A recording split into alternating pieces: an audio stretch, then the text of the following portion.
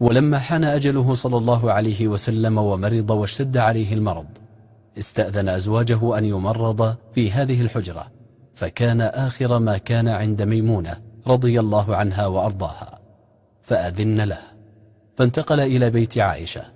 فلما اشتد به المرض اجتمع أزواجه عنده يمرضنه، فطلب منهن أن يهرقن عليه الماء من 7 قرب لم تحل أوكيتهن، فطفقن يصببن عليه حتى قال: قد فعلتن.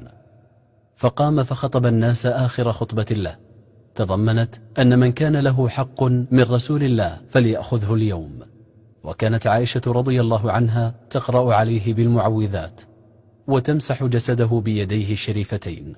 وكان آخر صلاة صلى بالناس صلى الله عليه وسلم صلاة المغرب، وقرأ فيها بالمرسلات، ثم دخل الحجرة، ومكث أبو بكر يصلي بالناس 3 أيام.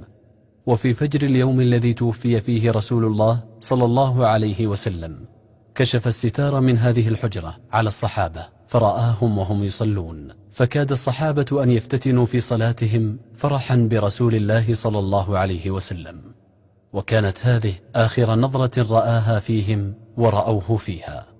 وكان مما قاله في آخر حياته في هذه الحجرة أنه نهى أن يتخذ قبره مسجدا أو عيدا أو وثنا يعبد، وأوصى بالصلاة والإحسان إلى ملك اليمين، فقال: الصلاة الصلاة وما ملكت أيمانكم، يلجلج بها.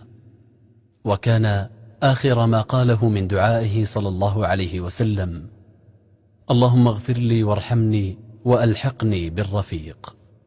وفي يوم الاثنين 12 من ربيع الأول فاضت روحه الطاهرة وصعدت للرفيق الأعلى، وهو مستند على صدر عائشة رضي الله عنها، وكانت تقول: إن من نعم الله علي أن رسول الله صلى الله عليه وسلم توفي في بيتي وفي يومي وبين سحري ونحري، وأن الله جمع بين ريقي وريقه عند موته، واشتغل بتغسيله وتكفينه كل من علي بن أبي طالب والفضل بن العباس وأسامة بن زيد.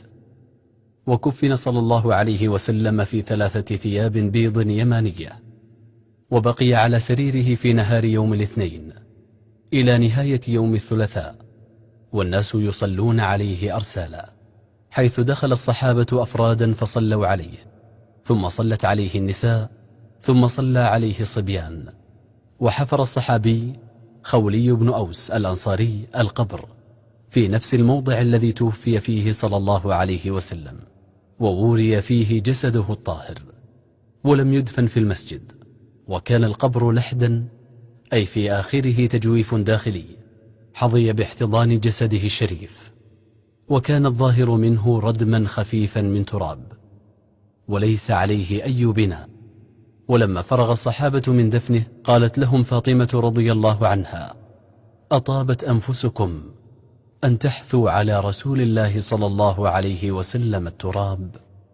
وفي السنة 13 من الهجرة توفي والدها الخليفة الراشد أبو بكر الصديق رضي الله عنه، وطلب وهو في النزع أن يدفن إلى جوار رسول الله صلى الله عليه وسلم، فحفر له قبر خلف قبر رسول الله صلى الله عليه وسلم، وجعل رأسه إزاء منكبي رسول الله صلى الله عليه وسلم. وبقيت عائشة في الحجرة نفسها ولم تخرج منها.